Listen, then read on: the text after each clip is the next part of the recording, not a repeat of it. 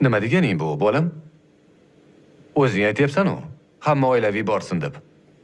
Nima, meni uyaltirmoqchimisizlar? Nima deyapsan, o'g'lim? Meni sinfdoshlarim meni singlim borligini bilishmaydi. Keyin u nogiron bo'lsa,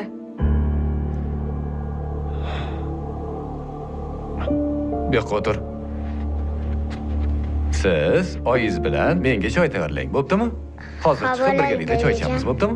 Qani, o'rtog'ini ham olib olamiz. Ha? Sekin, qizim. Hoppa. Sekin.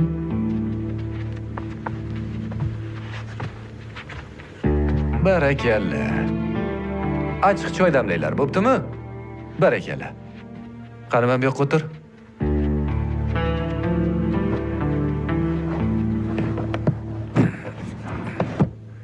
Nima deyapsan, o'g'lim? O'ylab gapirdingmi hozir? Ha, singling xafa bo'lib qolishini o'ylamadingmi?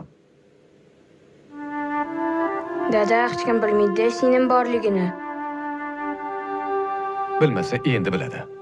O'g'lim, hozir men senga bitta rivoyat aytib beraman. Ikki quloqing bilan yaxshilab eshit. Bo'ptimi? Xo'p. Yaxshilab quloq solib eshit. Kelishdiki? Rivoyat qilishlaricha, bir xasta, oyog'i nogiron, ko'zlari esa ojiza bir qiz bo'lgan ekan. Oilasida uni yagona bitta akasi-yu va onasi bo'lgan ekan.